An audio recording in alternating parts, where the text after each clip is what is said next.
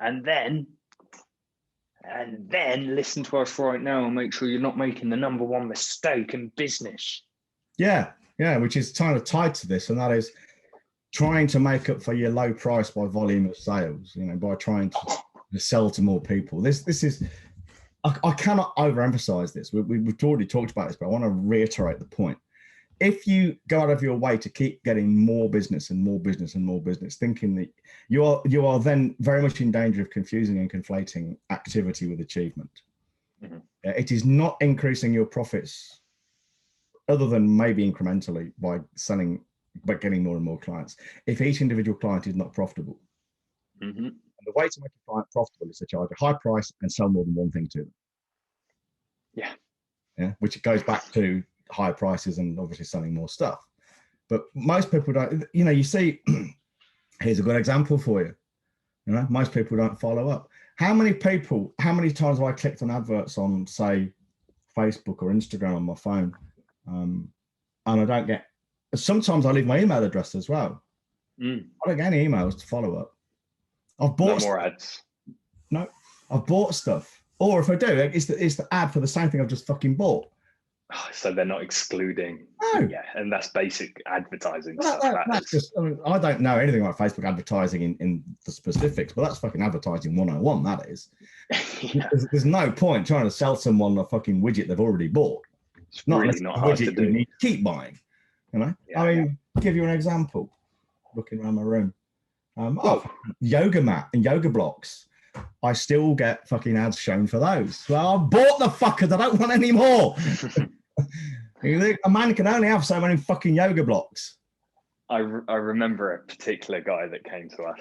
I can't remember his name, nor would I say it if I could, but he wanted to sell, I believe, the equivalent to paper clips. And his idea was he was going to sell a fuckload of paper clips to make £1 million or something along those lines.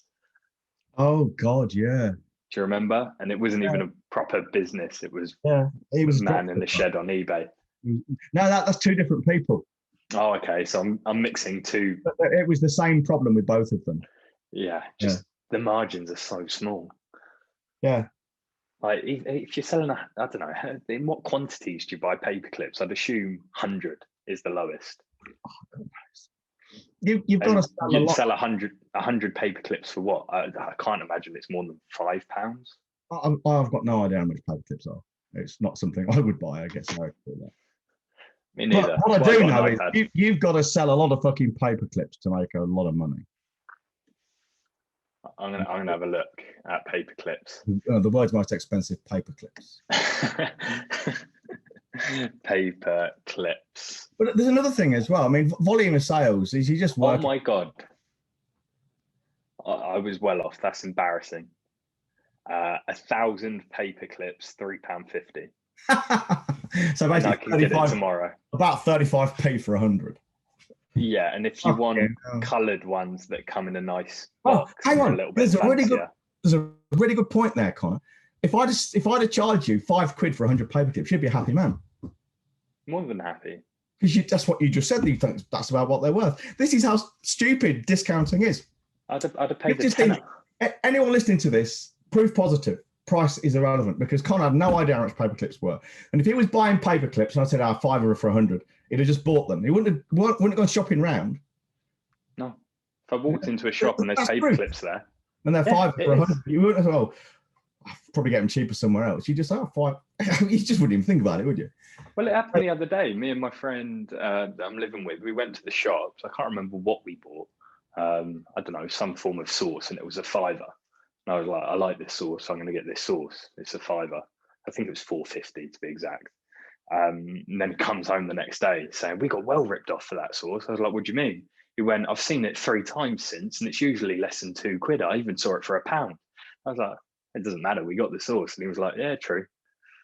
And you've already paid for it, so there's nothing you can do. And it was just like, whatever. But guess what? I'm still going to pay £5 for that sauce because the shop's 5 minutes closer. You pay for convenience. Yeah. People do.